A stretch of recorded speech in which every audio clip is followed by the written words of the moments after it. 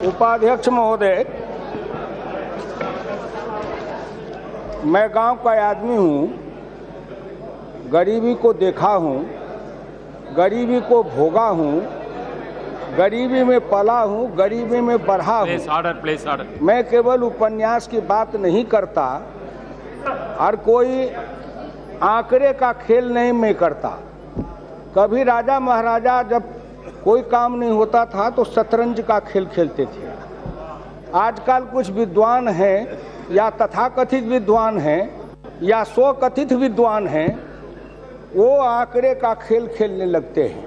मैं उन आंकड़े के खेल में जाने वाला नहीं हूँ। मैं गांव का आदमी हूँ। कबीरा बाँचे आँखिन देखा, पंडित बाँचे पोथीन लेखा। बहुत अच्छी बात है।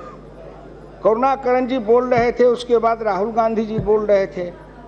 करुणाकरण जी महंगाई की जब बात कर रहे थे तो अंग्रेजी में बोल रहे थे। मैं उतनी अंग्रेजी नहीं जानता, लेकिन कुछ कुछ समझ लेता हूँ, थोड़ा थोड़ा पढ़ा था। तो आपने करुणाकरण जी अपने भाषण में महंगाई के लिए जितना जिम्मेदार एनडीए को ठहराया, उतना ही यूपीए को ठहराया। और वो यूपीए के एक 14वीं लोकसभा में यूपीए के पार्टनर भी थे। जब उन्हीं का साझेदार, उन्हीं का हिस्सेदार, जिनकी मदद से वो सरकार चलाते थे, वही कहते हैं कि यूपीए में भी महंगाई थी और एनडीए में भी है।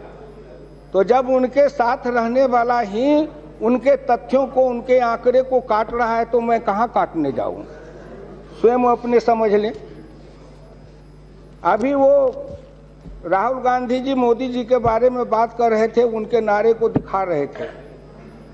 गांव में जाकर के आखिर 20-21 करोड़ लोगों ने जो जनधन योजना में खाता खोला, वो क्या बम्बे के, कलकत्ता के, दिल्ली के बड़े लोग थे?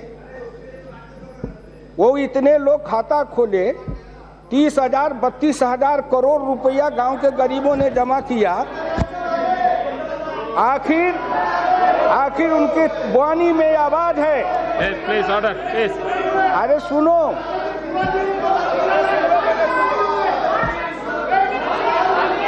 आप सुनो तो। अच्छा एक बात सुनो, आप राहुल गांधी जी बोल रहे थे तो कोई हल्ला कर रहे थे, हम तो शांति से सुन रहे थे। और जो आदमी तथ्य में, तर्क में, सत्य में कमजोर होता है, वो अपने हल्ला के जरिए सत्य और तथ्य को छिपाना चाहता है।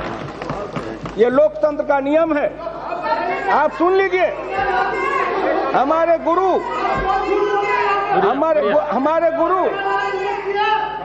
गुरु डॉक्टर लोहिया ने कहा था,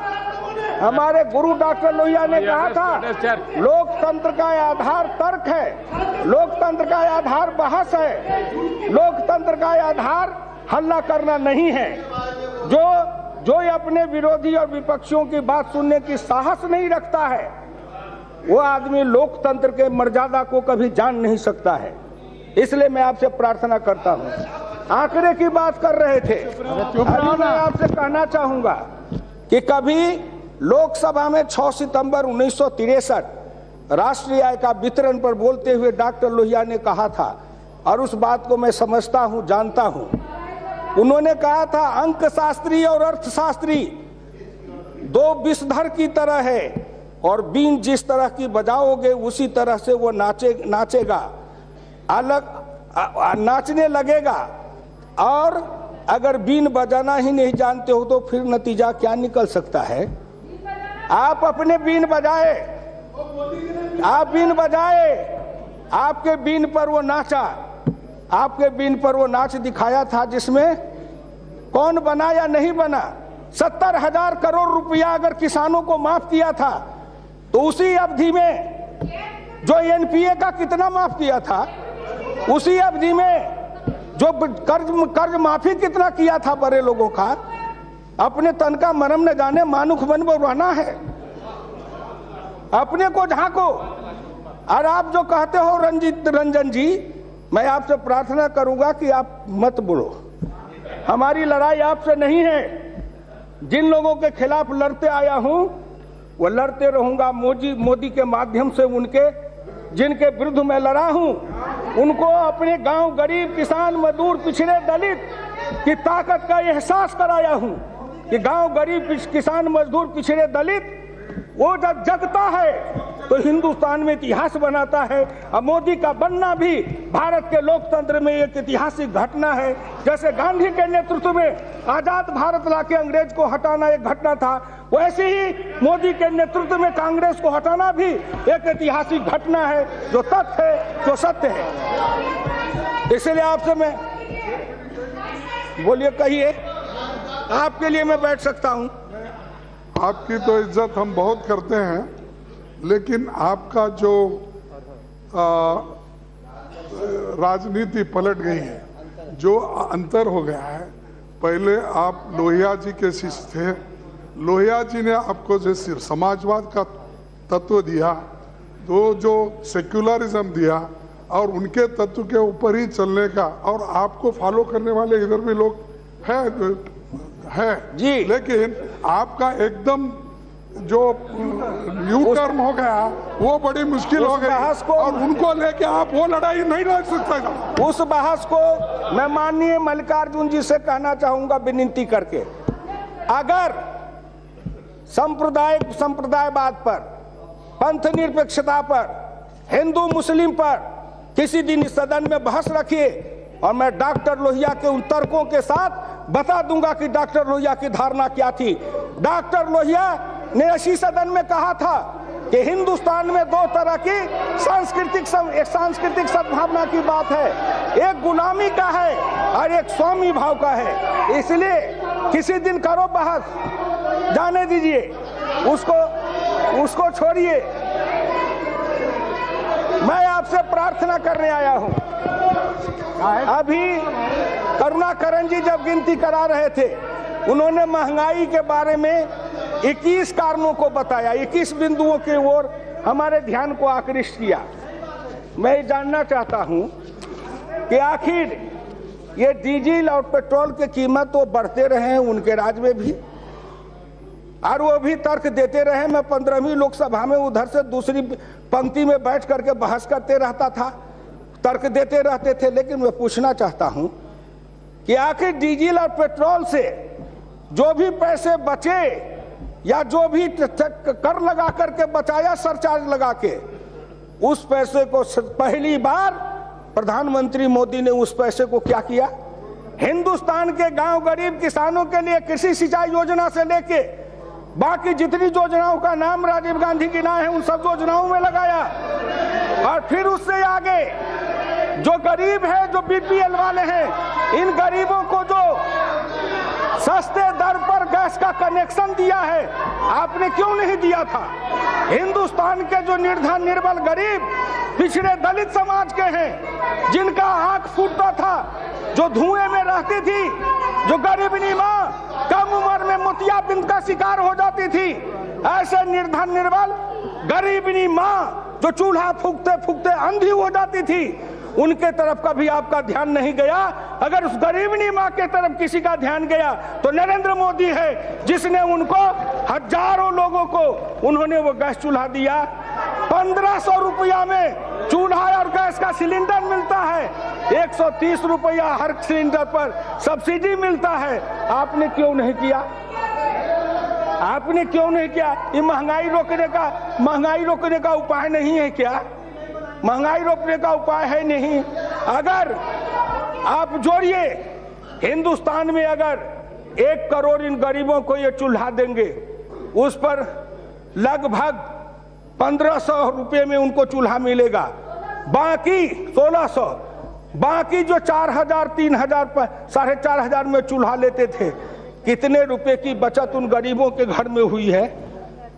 गरीब का दुख कि जाके पैर न फटे बेमाई, सो का जाने पीर पराई, का दुख जाने दुखिया, का दुख जाने दुखिया माए। अरे उपन्यास में पढ़ लेना आसान है। राजा जी आएंगे, कंपनी लेके आएंगे, गांव में जाएंगे, गरीब की झोपड़ी में सो जाएंगे, जनरेटर चलाएंगे, मक्खन पाव रोटी खाएंगे।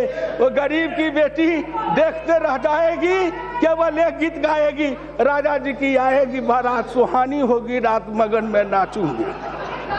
कब वो नाचेगी सो भगवान जाने, कब राजा जी की बारात फिर दोबारा जाएगी वो गरीब जाने। मैं आपसे प्रार्थना करना चाहता हूँ, मैं आपसे प्रार्थना करना चाहता हूँ। मैंने कहा सुनो उपसभापति महोदय, दूसरी बात मैं कहना चाहता हूं, इस पेट्रोलियम पदार्थ से ही खाद बनते हैं। मैं भारत के रसायन मंत्री, उर्वरक मंत्री श्री अनंत कुमार जी को हृदय से धन्यवाद देना चाहता हूं। मैं गया था, उनके पीठ थपथपाया, उनके बाह को पकड़ा, हमने कहा डॉक्टर लोहिया के सपना को आपने साकार किया है। एक कभी आपने जो डीएपी पर कीमत कम की गई उसको आपने कभी देखा? आपने कभी नहीं देखा। इसलिए मैं आपसे प्रार्थना करता हूं, 250 रुपया प्रति बोरी पोटास, 125 रुपया डीएपी और मिश्रित खाद पर 50 रुपया। एक गरीब निर्धन निर्मल पिछड़ा आदिवासी जो सीमांत किसान है, जो एक बोरी पोटास, एक बोरी डीएपी, एक बोरी मिश्रित खाद खेत में डालता है, हर आदमी को आज भारत सरकार ने, श्री नरेंद्र मोदी ने सीधा 500 रुपए की बचत कराया है। एक आप कहते हो कैश ट्रांसफर, नरेंद्र मोदी को धन्यवाद है कि उन्होंने कहा पॉकेट ट्रांसफर, कि बैंक में कहा तुम्हारा पैसा जाएगा, तुम्हारा पैसा तुम्हारी जेब में रहेगा। गरीब, पिछड़े, दलित, और ये जो डीएपी खाद से जितने लोगों को फायदा हुआ है उसमें 95% पिछड़े हैं, दलित हैं, आदिवासी भाई हैं, गरीब मुसलमान हैं, या किसी एक जाति के नहीं हैं। और अगर इस 95% में अगर खोजा जाए तो 80-85% वो पिछड़ी जाति के लोग हैं जिनको सीधा 500 रुपया जेब में बचा है। आपने कभी सोचा था? इसलिए नहीं सोचा था कि उनके लिए आपके दिल में कोई दर्द नहीं है। हमारे और नरेंद्र मोदी के दिल में इसलिए दर्द है कि हम उस गरीबनी माँ के पेट से जन्म के आए हैं, उस गरीबी को हमने देखा है, उस गरीबी को हमने भोगा है। आइए, मैं आपसे प्रार्थना करूंगा, डॉक्टर लोहिया ने इसी लोकसभा में श्रीमती इंदिरा गांधी से कहा था, 2 काम कर दो तो 5 साल तक मैं तुम्हारी सरकार को नहीं छेड़ूंगा। पहला काम कि गरीब के घर में जो औरतें हैं, धुआं से जिनका आंख खराब होता है, उनके लिए धुआं रहित चूल्हे का इंतजाम कर दो। बहुत आविष्कार हुआ, लेकिन आखिर मोदी ने उस सपना को साकार किया कि ये गैस सिलेंडर वो बीपीएल वाले को देके वही धुआं रहित चूल्हा से उनके आंख की रोशनी को बचाया है। लोहिया का सपना पूरा किया। दूसरा, लोहिया ने कहा था कि गांव के अंदर जाओ, जहां सड़क पर घुसते हैं, गांव से निकलते हैं, सड़क के दोनों किनारे औरतों के शौचालय से नरक की जिंदगी बनी रहती है। इंदिरा गांधी, आप औरत हो, औरत के दिल में ममता होता है, आप उस माँ की ममता से सोचो और हिंदुस्तान के इन औरतों को सड़क के किनारे शौचालय जाने से मुक्त कर दो। मैं 5 साल तक आपकी सरकार को नहीं छेड़ूंगा। कहा कि आपने इतने दिन, क्योंकि आपको क्या मतलब था?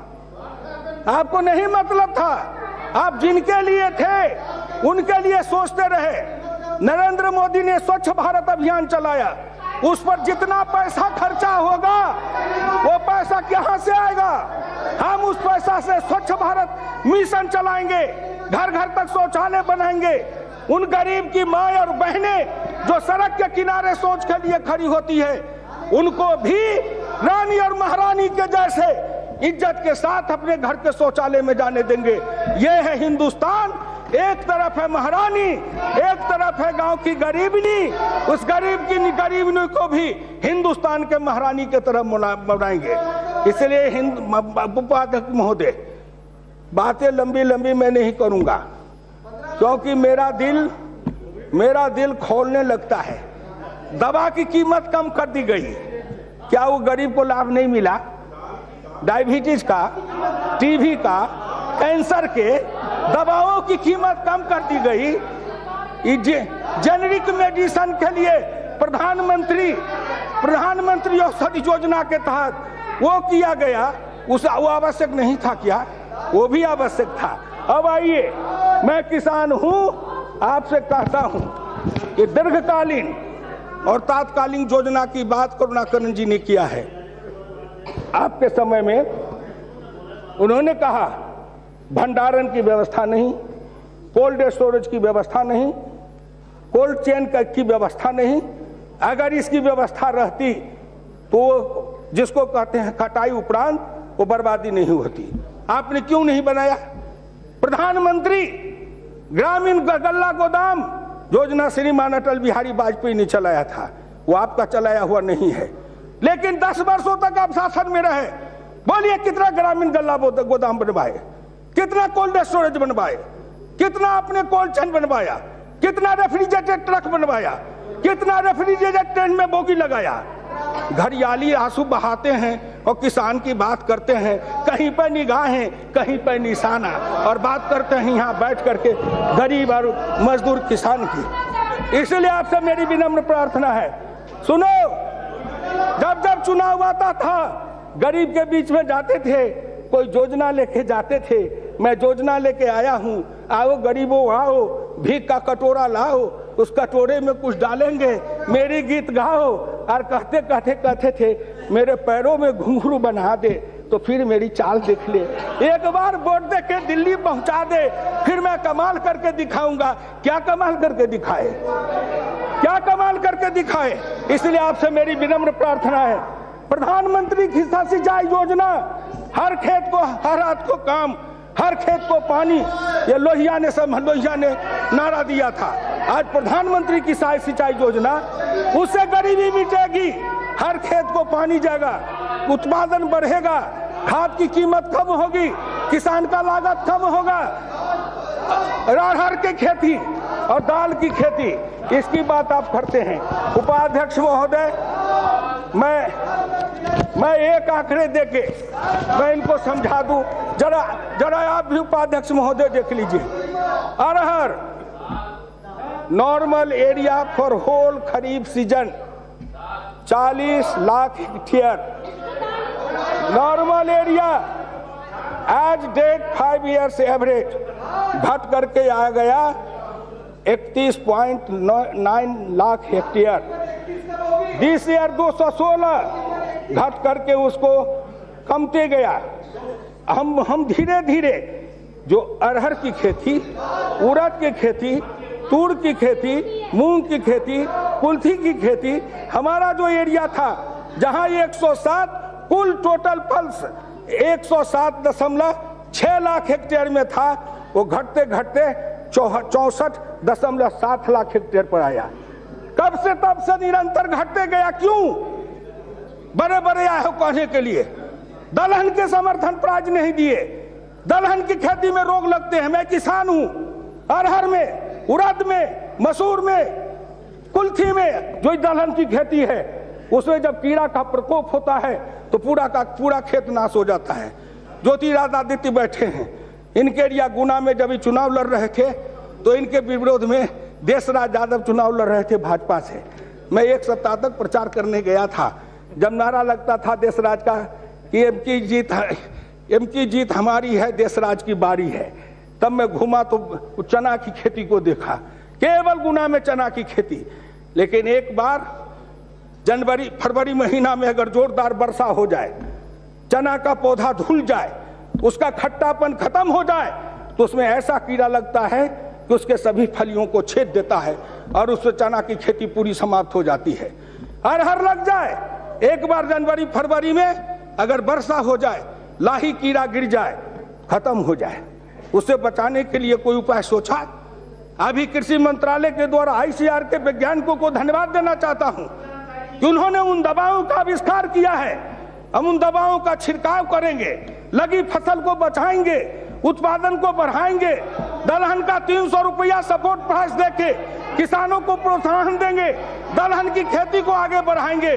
जब दलहन की खेती बढ़ेगी, उत्पादन बढ़ेगा, जब खजाने में दाल की ज्यादा आएगी, तब कीमत कम होगा। केवल यहाँ बहस करने से कीमत कम नहीं हो जाएगी। यहाँ तो हम बहस करते हैं कीमत कम करने का, लेकिन हम उत्पादन बढ़ाने की योजना पर नहीं सोचते हैं। इसलिए आपसे मेरी विनम्र प्रार्थना है, उत्पादन बढ़ेगा कब? जब किसान को एमएसपी की कीमत बढ़ाएंगे तब। हमने बढ़ाया है 300 रुपया दलहन पर भारत सरकार ने बढ़ाया है। और उसके लिए दीर्घकालीन और तात्कालीन दोनों योजना है। मैं माननीय करुणाकरण जी से कहना चाहूंगा, भारत सरकार के तरफ से, कृषि मंत्रालय के तरफ से जो 5 अल्पकालीन और 15 दीर्घकालीन विशेष ये योजनाओं का जो बात की गई है, ये सारी योजनाएं धीरे धीरे लगेगी, एक दिन में नहीं लगेगी। और जब इस योजना धीरे धरती पर उतरती जाएगी, रूपांतरण होता जाएगा, किसान के हाथ में पैसा चलता जाएगा, किसान के खेत में पानी बढ़ता जाएगा, किसान के घर में खुशहाली आती जाएगी, किसान का बेटा खड़ा होता जाएगा। हिंदुस्तान में दूसरी कृषि क्रांति लाएंगे, हिंदुस्तान को सफल बनाएंगे। और अगर कभी होगा तो मैं कह देना चाहता हूं, धीरे धीरे चलो। ये कांग्रेस पार्टी के लोगों, मैं आपसे प्रार्थना करता हूं, दिनकर जी ने कहा था कि कांग्रेस पार्टी के बारे में कभी छद्मवेश में कहा था, आनन सरल बचन मधुमय है, तन पर शुभ्र बसन है, बचो युधिष्ठिर उस नागिन का, विष से भरा दसन है। इसलिए आपसे मेरी विनम्र प्रार्थना है, मैं हिंदुस्तान के गांव, गरीब, किसान, मजदूरों को हाथ जोड़ के कहना चाहता हूं, हजारों लोग आज लोकसभा के चैनल को सुन रहे होंगे, माननीय करुणाकरण जी के तर्क को भी सुना। उनके तर्क को अंग्रेजी पढ़ने वाले खाली समझेंगे, मेरे तर्क को तो गांव का गरीब, सड़क का मजदूर, रिक्शा वाला, ठेला वाला, टमटम वाला, जिसके नाम पर उनका ऑर्गेनाइजेशन बना के आप लड़ते रहे, लेकिन न उनकी भाषा, न उनकी भूषा, न उनकी बात आप कर नहीं पाते हो। इसलिए आपसे मेरी विनम्र प्रार्थना है, हम तो जहां से आए हैं उनकी भाषा, उनकी भूषा, उनका व्यवहार, उनका भोजन कभी नहीं भूलेंगे। इसलिए मैं हाथ जोड़ के हिंदुस्तान के गांव, गरीब, किसान, मजदूरों, उनसे प्रार्थना करता हूं, गांव, गरीब, मजदूर, किसान मिल के बनाएंगे हिंदुस्तान।